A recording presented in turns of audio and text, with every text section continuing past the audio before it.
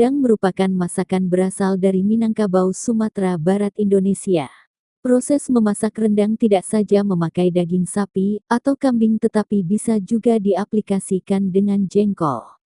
Menu rendang ini biasa dimasak dengan suhu panas rendah dalam waktu lama dengan menggunakan santan dan aneka bumbu rempah-rempah khas Indonesia yang rasanya sedikit pedas sehingga menambah kekhasan dan kelezatannya.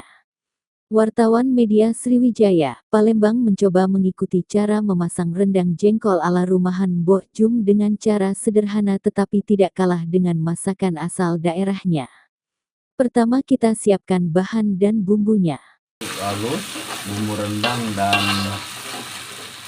tadi bawang merah bawang putih tadi tetap dirempari dengan sedang hingga mengeluarkan aroma.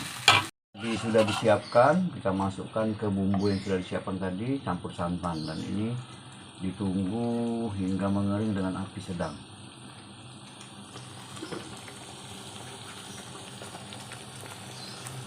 Lagi jika ada santan lagi boleh ditambahkan sedikit lagi. Jadi jengkol tadi yang sudah dimasak hingga kering seperti ini, jadi jangan terlalu kering pemirsa, jadi namanya rendang jengkol yang rendang kuahnya setengah basah.